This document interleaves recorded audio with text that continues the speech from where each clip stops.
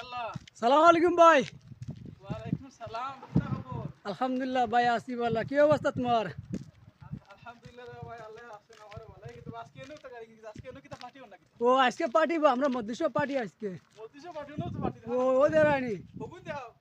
আমরা মধ্যদেশ পার্টি দেরানি, খালি গাড়ি আর গাড়ি দেরানি। আমরা মধ্যদেশ পার্টি ওই লাগি আমার শেখর গাড়ি জানি। আজকে না, আজকে পার্টি হয়েছে আমরা মধ্যদেশ। এই দেখেন আমার শেখর গাড়ি।